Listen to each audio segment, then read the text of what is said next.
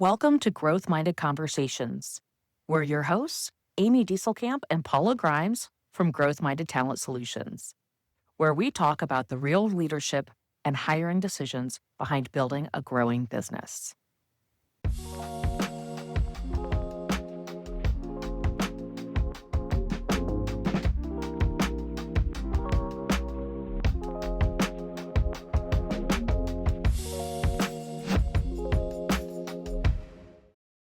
So today I thought we'd dive into some personality types. I think that understanding different personalities, how we work together is really integral when you're building a team, when you're stepping into leadership and beginning that path of going from being someone who runs a business or runs an operation all by themselves and starts bringing in team members and interacting with others on a daily basis. So one tool that we use at Growth Minded Talent is the DISC assessment. For those of you who don't know what that is, this is a personality assessment that breaks down personality types into 4 different profiles, essentially. We all have a certain amount of each personality type in ourselves. They're like puzzle pieces. Different people have different amounts of each personality in them. And depending on what your personality profile is, will affect how you interact with others and how you see the world around you. Quick overview for the DISC is the 4 personalities are driver, influencer, stability, and cautiousness. So if you think about those 4 traits personified, you can picture them each as an individual walking together as a group down a hallway headed towards an elevator bay. Your driver, your high D personality, is the person who's probably leading the group down the hallway. They're going to be the one to get to the elevator bay first, and they're probably pressing that elevator button at least twice, if not more, depending on how long it takes the elevator to get there. So they're in a hurry. They're not really concerned if the rest of the group's keeping up with them. They're moving quickly. Then you've got your influencer personality. They're your high Is, and they're with the rest of the group. They're talking, they're telling stories, they're asking questions, but they're interacting with others and they're feeding off the energy of the group very, very heavily. Your S personality is the one in the group who is, once everybody gets to the elevator bay and the doors open, they probably take a step back and they wait to make sure that the whole group has room to get on the elevator. And if they weren't able to all fit on the elevator, your S would be the one to volunteer to let the rest of the group go ahead and that they would make the effort to catch up later. And then your C, your cautious personalities, that's the person who is counting heads, making sure that we're not overweight, we're not over body count, getting into the elevator. And they're the one probably searching out the certificate that you see in the elevators, making sure that it was inspected and that that inspection date hasn't expired, because they're always looking at the details and they want to be the ones following the rules, even when it comes to just taking an elevator ride. So in a nutshell, those are our 4 personality types. And today we get to talk with Paula, who is a high D personality type, and learn a little bit about what it looks like specifically in the world of someone who's a very high driver. So Paula, what does your world look like on a regular basis? So that's a really loaded question. And as I share how I show up in the world, please note you may also be a D and it's not exactly like me, right? So I'm Yep. going to share my own experience in my body showing up as that driver. Yeah. So I'm very goal oriented. I want to know what the end looks like because I want a challenge. I want to be moving towards something. I want to be achieving something. Mm-hmm. Along the way, it's like, don't get in my way. Like, I will push through you to get to my end goal. I will push through whatever obstacle I need to push through to get to that end goal, which is a strength and a weakness. I also have control issues, right? Because I am moving at a certain speed, heading to a location, and I don't want anything to get in my way. I can overlook when I need help or overlook when I need leverage. I can feel like the people alongside me aren't doing their jobs or aren't moving fast enough for me. So I can have control issues. Like, let me just do it, right? I'm much better at that at this age than I was when I was younger. But my husband probably feels it the most because I'm still very much that way with him.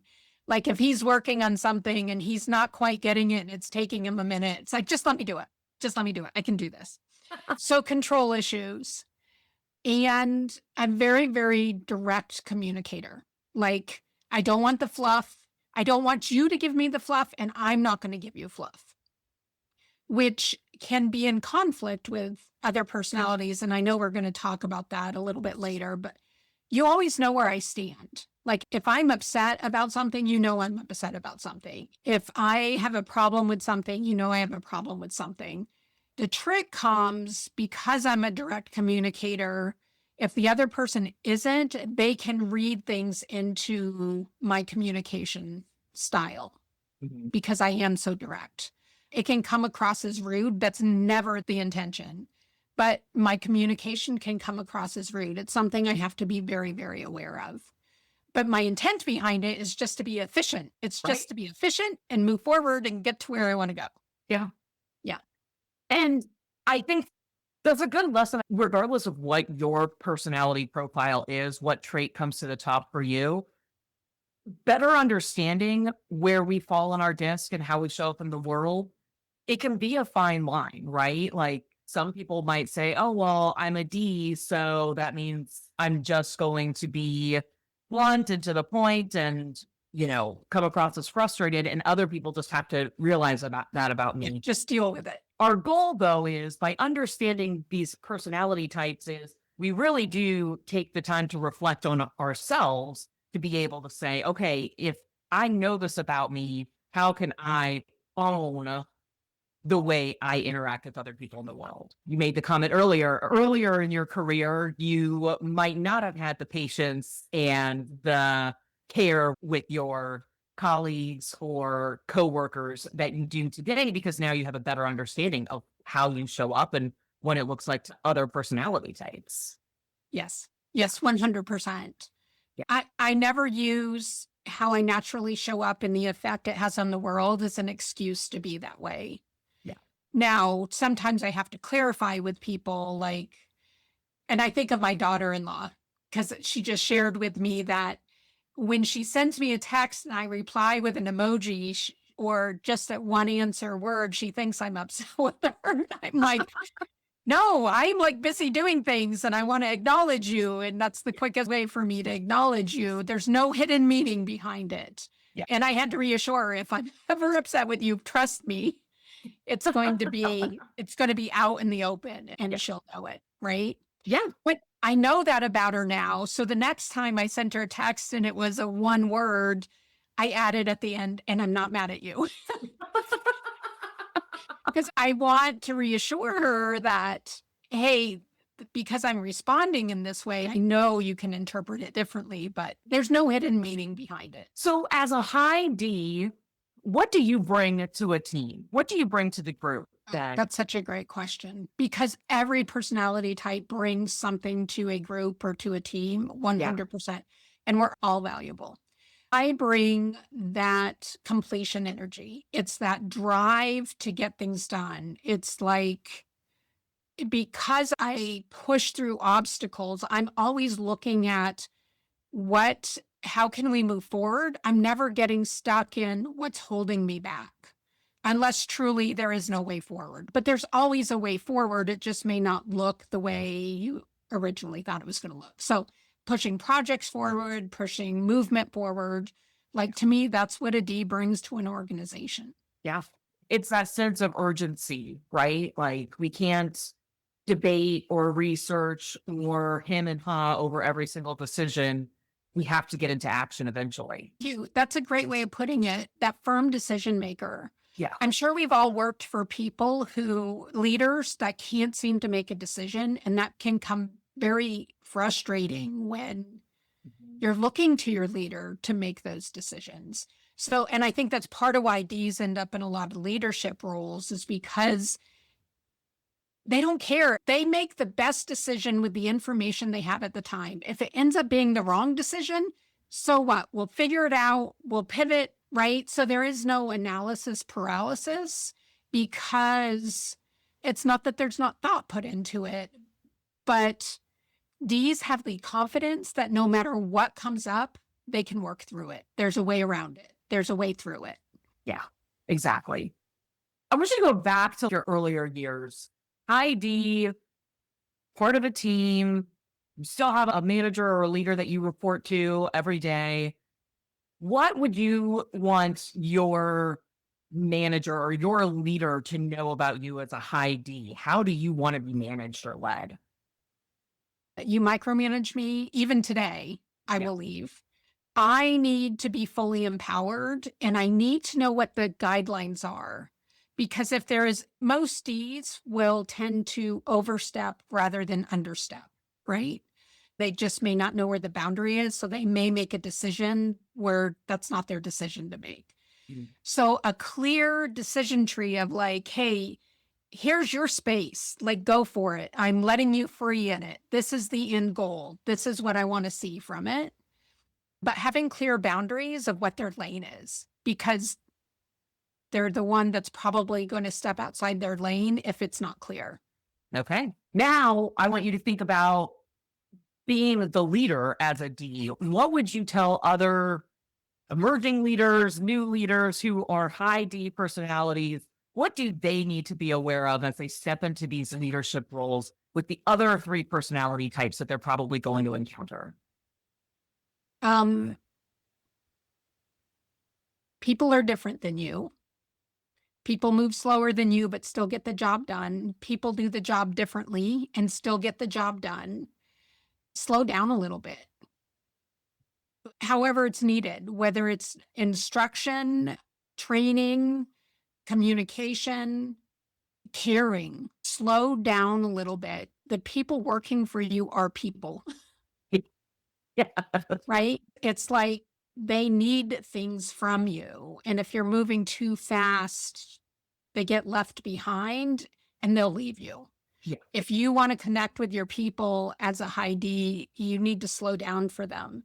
One of the greatest gifts I was ever given is one of my team members. One day I was working at the computer and he was behind me talking to me and I was continuing to work and answering his question. I was multitasking, right? Yeah. And he goes, "Can you stop for a minute?" And I stopped and turned around and I was like, "Oh, this must be serious." And he goes, "I have to tell you, every time I come in to have a conversation with you and you continue to work, I feel like you don't care about me." And that, again, that was never my intention. I was being efficient, right? I was Yeah. multitasking. And to this day, I thank him because I had no idea. I cared about him as a team member greatly. And I had no idea I was making him feel that way. So it changed me as a leader in that moment. Like that one conversation, that one awareness he gave me from that day forward changed how I interacted with my team members. Yeah. And that's why we, as an organization, as leaders ourselves, this is why we really encourage other leaders, other teams to lean into understanding personality types and communication styles, because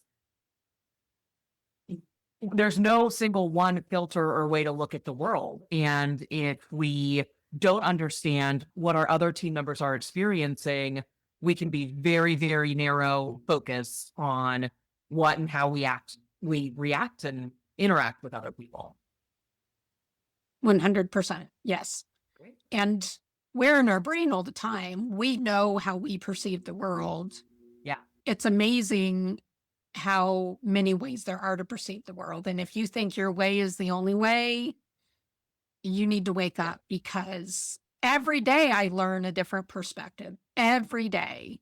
Mhm. And it's like, wow, I never thought about looking at the world from that lens. Like that is so not my experience. Yeah.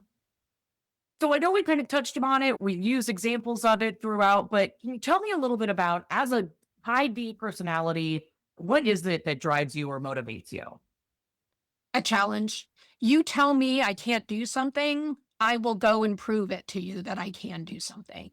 Mhm. We are all motivated in general by different things, right? Some people are motivated by money. I am not motivated by money. So if you say hey, you can do this and make $1 million, that's not a challenge to me. But if you say, hey, Paula, you can do this and you can help 20 people, that's a challenge to me. So please be aware that not every D is motivated by the same thing. We're all motivated by something different. But when you find our motivation and you challenge that motivation, we will work really, really hard to achieve that, to get there. Would you call yourself a competitive person? Yes, I am competitive, but it's not all about competition. And it's more of a competitiveness with myself. Mm-hmm. Yeah. It's like, how can I do better? How can I beat that? How can I? However, there have been times in my life where I've been competitive with the people around me, but it's always been a kind competition. And again, it has to fit into my motivation. Okay. What do you naturally want to move away from as a high D personality? My biggest pain point is too much talk. I love conversations that challenge my thinking. But when I'm in an environment where it's just a lot of small talk and a lot of getting to know people, I can do that for a short amount of time, and I can't do it consecutively day over day. Absolutely exhaust me, and it's super painful for me. So for a while, I can step into it. It's a challenge, right? Right. I make it a challenge for myself. Like, how many conversations can I have, and how many new people can I meet, and what can I learn about people? I actually make it into a game for myself. It becomes a challenge. Mhm. I'm not there necessarily to enjoy it because that's not a space I really enjoy. Do you find that you end up usually gravitating towards smaller groups and deeper, more philosophical kind of conversations? 100%. Yes. If I can be in that environment, yeah, I love the intimate dinners where you have more of those types of conversations. Yes, 100%. Anything else that we did not cover around the high driver personalities today that you would want to make sure our audience know?